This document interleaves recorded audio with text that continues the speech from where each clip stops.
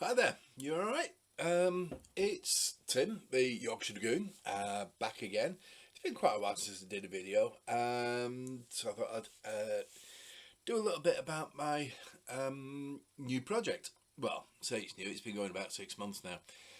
My project, which is Kolwezi 78, the Battle for Kolwezi in what was known as Zaire at the time, and now is the People's Democratic Republic of the Congo. It's a battle between the French Foreign Legion Second Para Regiment and in communist insurgents who had come up through Angola, where they'd been trained, and taken control of the town of Kolwezi, very rich mining town.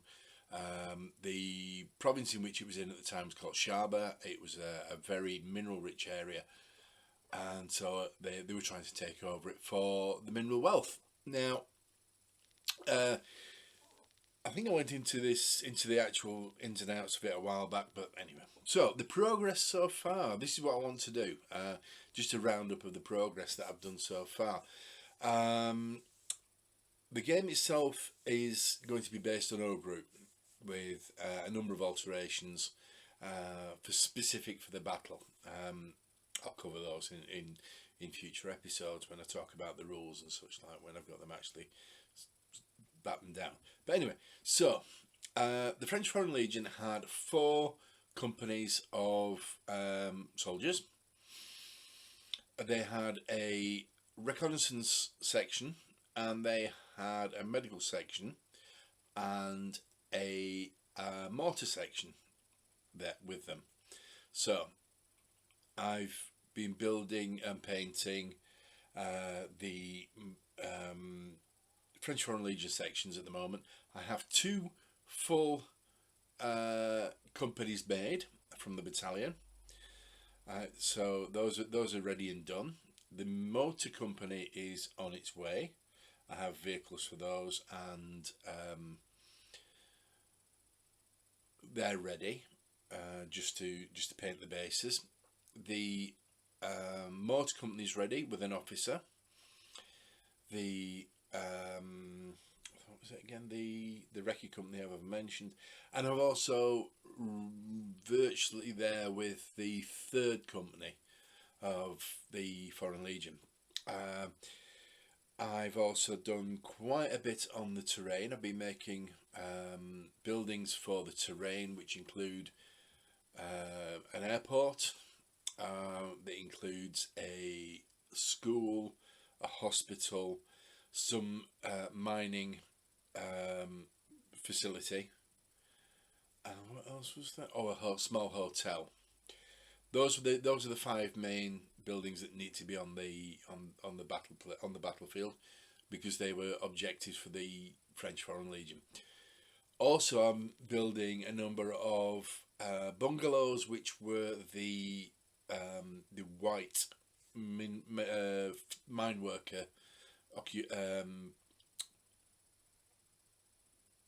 what's the word? Housing.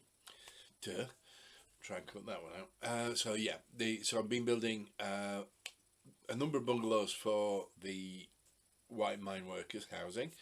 I have a number of African houses, which were a little less impressive, shall we say. It was pretty much little much more than shantytown, and also a number of what you could call municipal buildings, shops and things like that, and garages and stuff, just to scatter around the field, to provide cover, line of sight, etc., etc.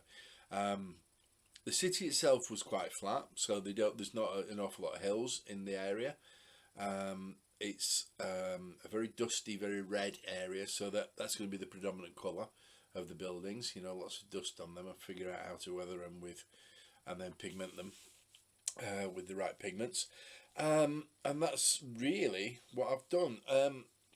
As far as the African insurgents are concerned, I haven't done anything as far as the figures are concerned. Those will be coming from Peter Pig. It's looking like I'll need about, I think I needed about, I needed about 16 packs to fill in the 5 companies that I want to make for the insurgents. They also had three AML-60s, which the Zairean army had left behind. They thought they thought they were unserviceable. They left them behind when they evacuated the city. The insurgents got them working again, so they've actually got some armour. The insurgents are going to be armed with the typical weapons of the time: the AK-47, which most insurgent groups had. Any Belgian weapons, any Zairean weapons that they could pick up, and M16s, which had been bought on the open market. They have a number of RPGs, which were rocket-propelled grenades, which were again typical of the insurgent armies that were dotting around at the time. So those are all to paint. But what I'll do now is I'll turn the camera around and I will point it down at the table, and I will show you the work that I've done so far on my French. Cheers, guys.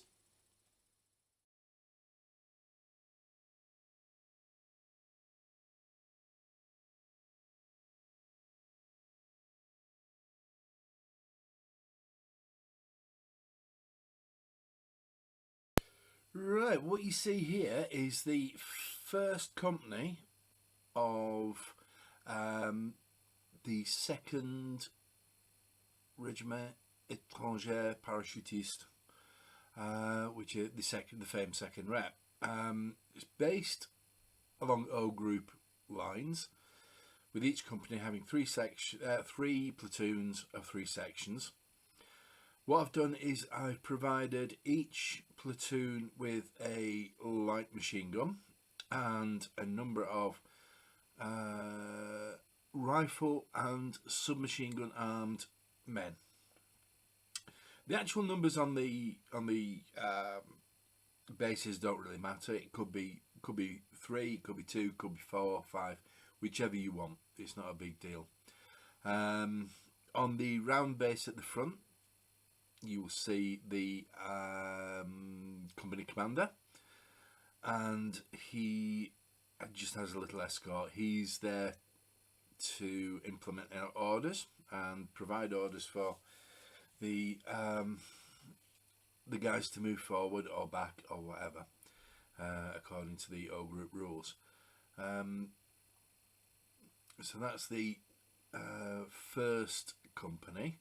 As you notice, they have a green edge to them. The actual troops themselves were divided up and colour-coded. They had a scarf tied around their left shoulder, depending on which company they belonged to.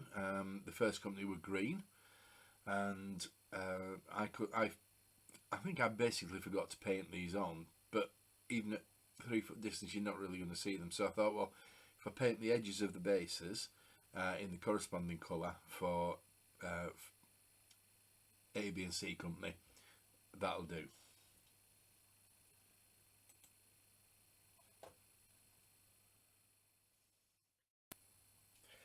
And here you see B company, once again,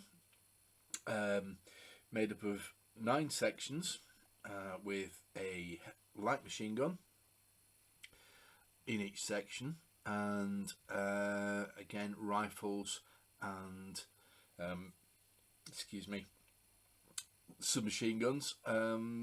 The submachine guns and the rifles were by 1978 quite dated. They were first introduced in the 1960s and saw service in fact I think we even saw service in the 1950s at Dien Bien Phu, which was in Vietnam, as is now.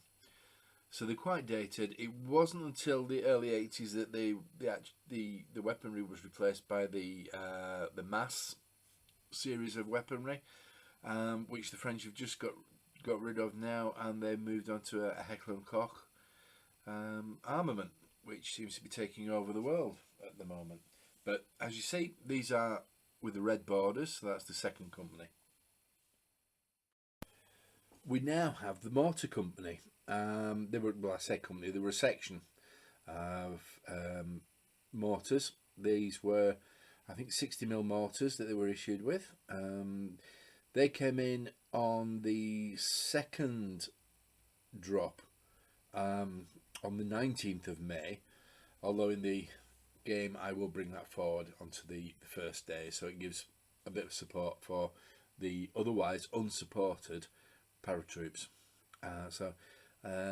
But like I say, they had a section of mortars controlled by an officer.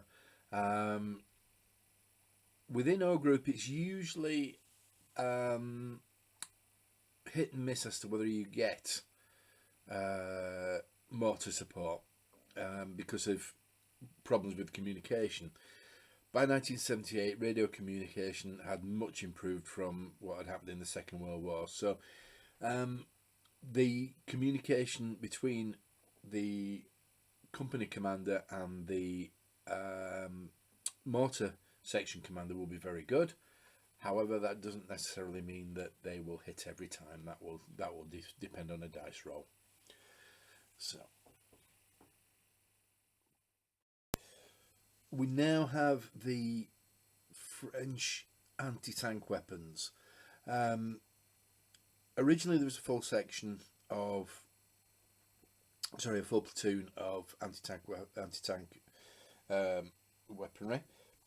Unfortunately, one section was lost during the jump into Kolwezi, which meant that there were only two available. These guys are armed with the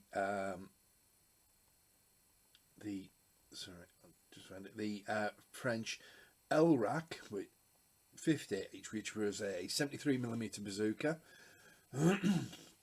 electronically fired. As you can see, the chaps are hidden behind quite a huge blast screen. Maybe the guys at the back might want to move back a little bit, but I think they're ready to load a new round, or in the process of.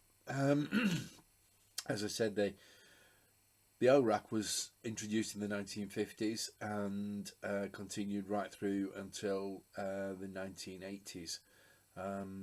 Obviously, it was superseded by others, but these were still effective against most armour that you would come across in Africa. So that's the anti-tank sections. And now for the work in progress. This is going to be the C Company, the third company of the battalion. It's work in progress. I've got just waiting for figures to get painted, and we shall base those up and paint them with the black edging, which was the designator for the third company. I shall follow the same format with a light machine gun, and then chaps armed with either the MAP 49 or the rifle, or even their M1 carbines.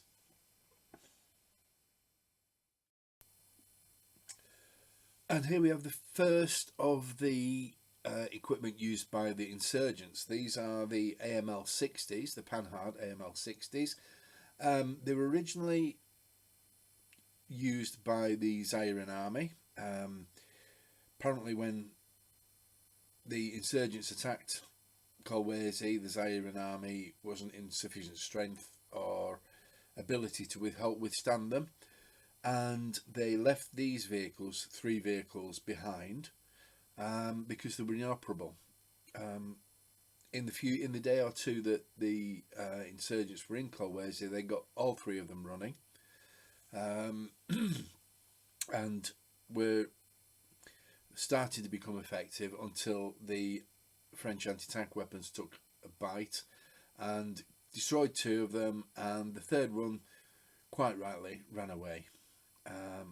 That's the historical perspective on it. How it'll work out in the game is another matter.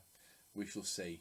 I'm hoping that they can do a little better than the insurgents did in real life.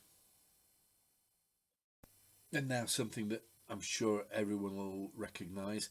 These are Jeeps. very similar to the ones that were used in the Second World War by the Americans and the other Allied nations. These were made by Hotchkiss under license in France. Essentially, they were the exact same vehicles as the Jeeps made in the US. These arrived into Kolwezi on the second day with a airlift of vehicles and extra ammunition and rations. Again, because I want to get them into the game, I'm going to move them through to the first day in the second drop. These will be the reconnaissance squadron. In reality, what they did was to patrol the outlying areas of the town itself, between the town and the small villages, along with the 4th Company.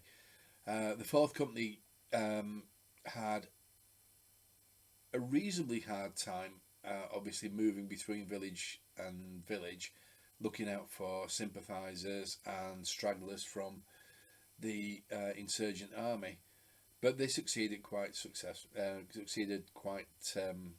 well. And finally, in the soldier section, we have the extra troops needed for the C Company and command figures for the 4th Company. I use the C and the number interchangeably. It should actually be the numbers used rather than A, B and C.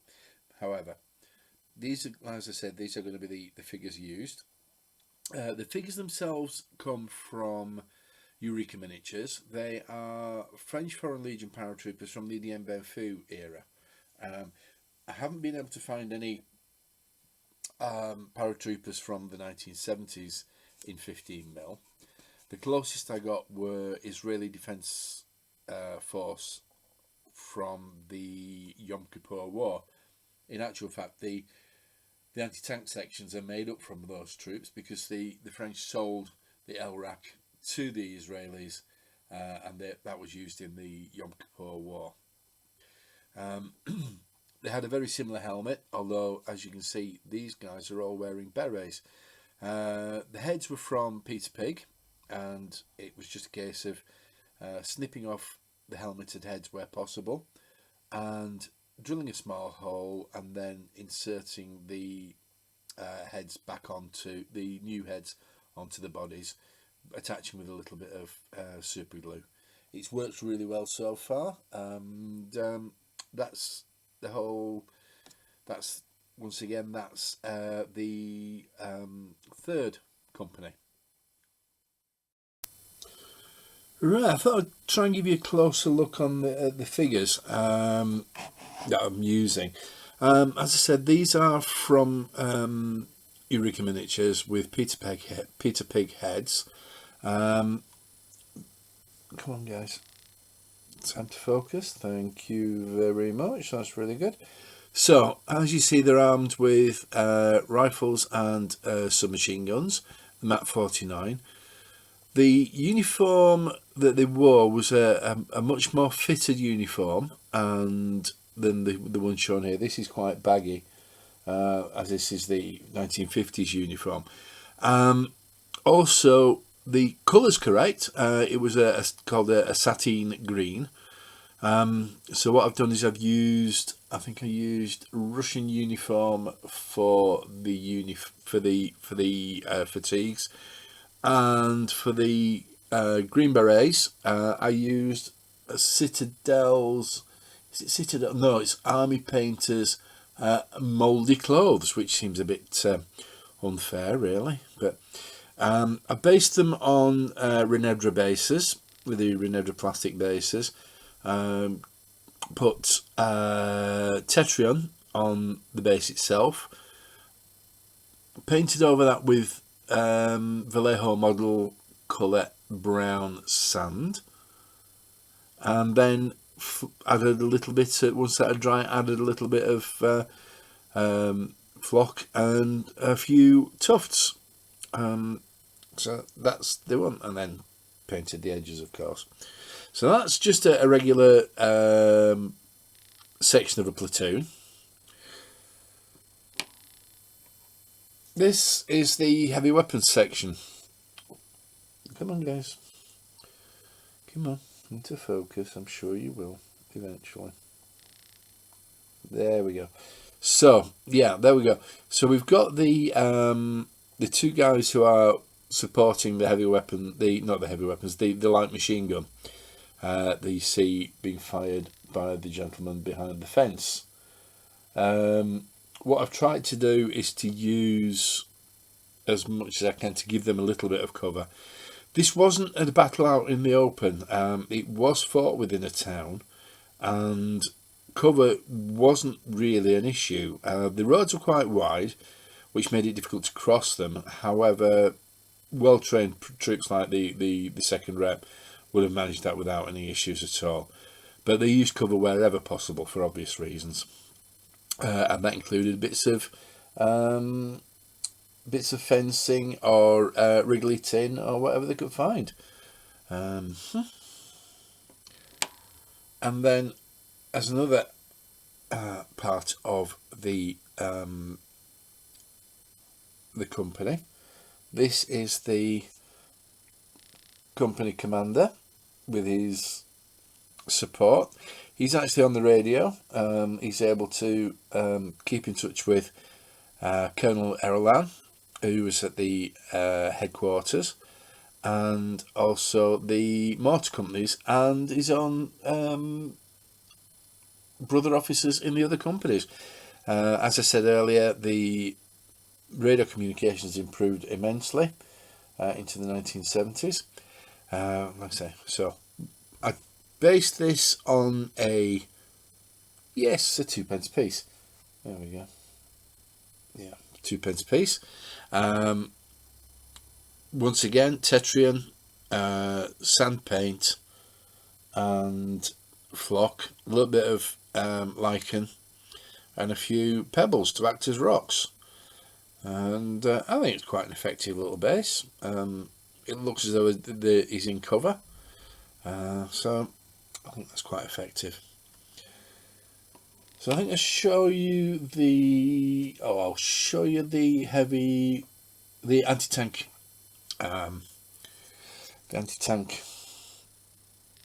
weapon again, the LRAC. Like I say, it was basically a bazooka, electronically fired, similar to the American bazookas of World War II. Just the development of that, with a flash guard for the operator. It looks quite a cumbersome piece of kit to actually handle from the pictures I've seen, but it worked effectively. It took out the two panhards that the insurgents had. So there we go. That's the anti-tank section. The mortars, again, they're not exactly photogenic, aren't the mortars, because they're quite small. I don't actually think these are the 60mm ones, but they will act as 60mm mortars. I think these are much smaller, but in the game they will act as 60mm mortars. They're not actually going to be with the companies. They will be a separate section on its own. But there you go. And again, same basing. I've kept the same base. I'm going to keep the same basing right the way through, with edges, with edge painting for the various companies and sections. Let's have a look at the Jeep. Yes, again, I can't remember where I got these Jeeps from. I think I'm sorry, it's a bit flary, isn't it, with the white? But it's I'm not 100% sure whether I got them from Peter Pig or not. I can't remember, but they came with no crew. They came with the weapon on the back. They came with no crew, and the crew again have come from Peter Pig, and then they were, I think they were American troops, but once again I changed the heads on them to be more appropriate for the French Foreign Legion. and so on to the AML 60s. They were, unfortunately, as with a number of African armies, they didn't have the financial ability to buy newer vehicles. These were Second World War and just slightly after vehicles from the French army. Zaire didn't have the money to spend to keep the upkeep properly. So they're a bit battered and a bit worn.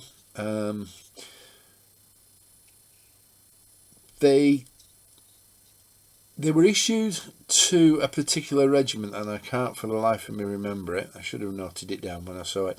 But they were issued to a particular regiment of the Zairean army, and they immediately wrote various names on the side of them. One of which was Serpent de Rail, or something along those lines. Well, unfortunately, I can't write that small, so what I did, I used other French-sounding names. I think what's this one called? Again, who's this one? This is Oh, Damascus. Well, that's African-ish. No, it's not. It's Middle Eastern, but it could be. It could be. That's Damascus, and we have who else? Oh, a headless one. I shall find him eventually. And then we have Alsace, which is definitely French with a German tinge. But those eventually will have command figures to go in with them. Once I get the African troops, and I think that's all I have for the troops themselves. I think in section 2 of this, which I'll probably split up because it's lasting a little bit long now, I think I'll come on to the landscape, what the things I'm using for houses and buildings and things like that, the scenery. So I'll leave you with that. This is the end of the second update on my Kolwezi 78 project for 2023. I'm hoping to be able to play this game in October at a certain gaming day that shall remain nameless for the moment. I want to play test any rule changes before then, and I have a couple of options that I'm hoping to employ to test those. Some with experienced historical wargamers and some with wargamers from the fantasy side. So if I can get them to play it and understand it, I think it should be okay for anybody else. Right, thank you very much. I'll leave you for now, and I'll catch you on the next one.